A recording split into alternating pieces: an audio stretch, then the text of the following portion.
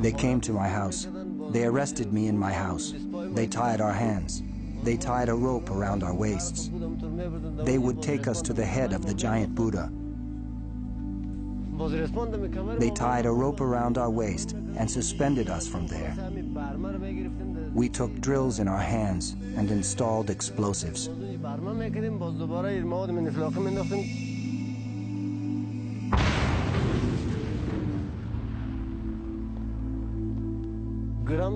There was a terrible sound. When you looked, it was all fire, smoke, and dust.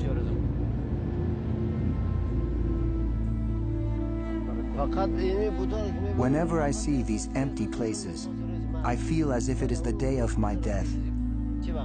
I was thinking, my God, when will my death come? When will they drop me down, kill me, and bury me here? What a horrible time it was.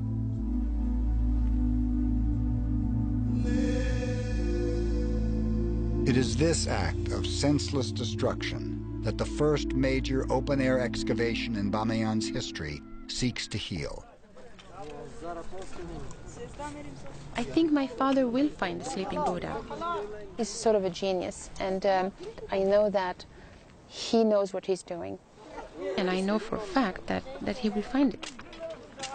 Dr. Tarzi believes he's closing in on a statue that rivals any wonder of the ancient world, the sleeping Buddha of Bamiyan.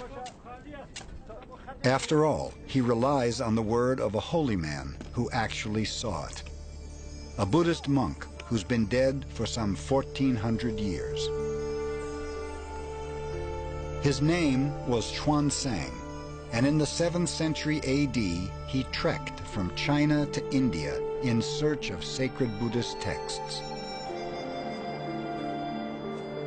In 632 AD, Xuanzang had Bamiyan in his sights. These people are remarkable among all their neighbors for love of religion. There is not the least absence of earnestness and utmost devotion. After a long desert trek, Bamiyan must have been a vision of unsurpassed splendor. Xuanzang had arrived when the Silk Road oasis was at its zenith. What unfolded before him was a valley lush with agriculture and a vast royal city. But the valley's centerpiece would reward every arduous step of the pilgrim's journey of faith, the giant Buddha of Bamiyan. To the northeast of the royal city, there is a mountain on which is placed a stone figure of Buddha, 150 feet high. Its golden hues sparkle on every side, and its precious ornaments dazzle the eyes by their very brightness. Xuanzang arrives here, and he is blown away by the gold, by the flames on the shoulders, by the mask. That description has to be the one that was situated where we are today, the 55-meter-high Buddha. But according to Xuanzang, that wasn't all there was. Somewhere lay a third Buddha, more than 1,000 feet long. Part scholar, part detective, Dr. Tarzi knew that to find the sleeping Buddha, he first had to locate the monastery that housed it. To the east of the city, 2 or 3 li, there is a monastery in which there is a figure of Buddha lying in a sleeping position as when he attained nirvana. The figure is in length about 1,000 feet. Could Xuanzang's description be true? If so, hidden under centuries of earth, the monastery wasn't giving up its secrets. To unlock them, Dr. Tarzi had to get inside the head of the monk and plot each step of his journey. De la ville royale, il arrive au Grand Bouddha.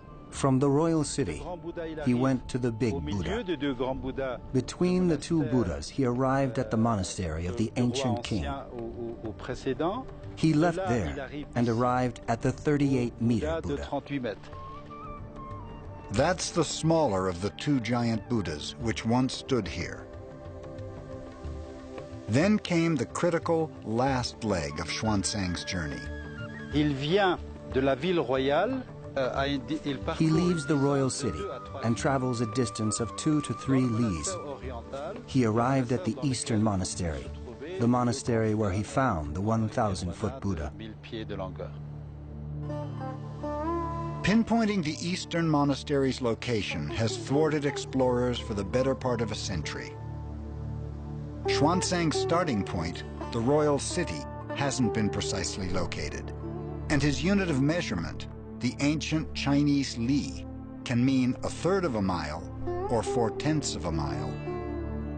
That left acres of ground to explore. Tarzi and his team dug test trenches for 1 year, then 2. Still, no monastery. The excavation from the first year was over there, where the wheat is. This excavation showed us that there weren't any buildings in this area. So we decided to not excavate any more in this area, but moved over there, where there are more relics. Over there, at the end of year 2, Tarzi struck pay dirt. Outlines of an immense structure unlike any he'd seen before. Could this be Xuanzang's monastery? This year's excavation is a difficult one. It's like an autopsy of an enormous cadaver. I'm a bit lost in the guts, because the cadaver is huge. For Tarzi, one feature of the building provided a tantalizing clue. Structural supports designed to accommodate something of monumental size and weight. Look, take a look in this area. There is 1 wall, 2 walls, 3 walls, 4 walls. These walls were constructed very intelligently so that they would support an immense amount of weight. I think that we might be at the terrace level, where the big Buddha's feet might have been. In any case, it's very exciting. We have to be patient. We're looking for something big.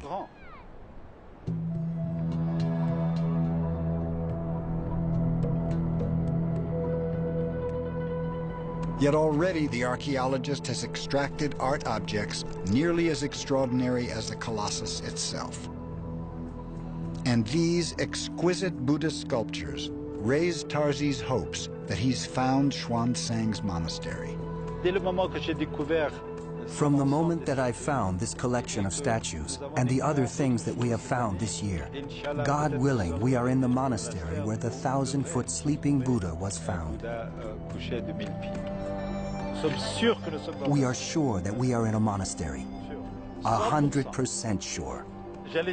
I was going to say 1,000%. But has the sleeping Buddha, like these sculptures, survived the onslaught of 1,400 years? Dr. Tarzi and his students are due back at school in France. He has just a week to find out. Dr. Tarzi is far from alone in his quest to right wrongs committed by the Taliban. He's part of a brotherhood of Afghan artists and art lovers for whom the destruction of the Bamiyan Buddhas became a thundering call to arms. With courage and ingenuity, they began fighting back.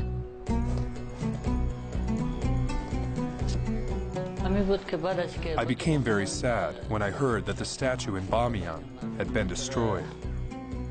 A rumor was spreading that the artwork exhibited in the National Gallery and the National Museum would be the next victims.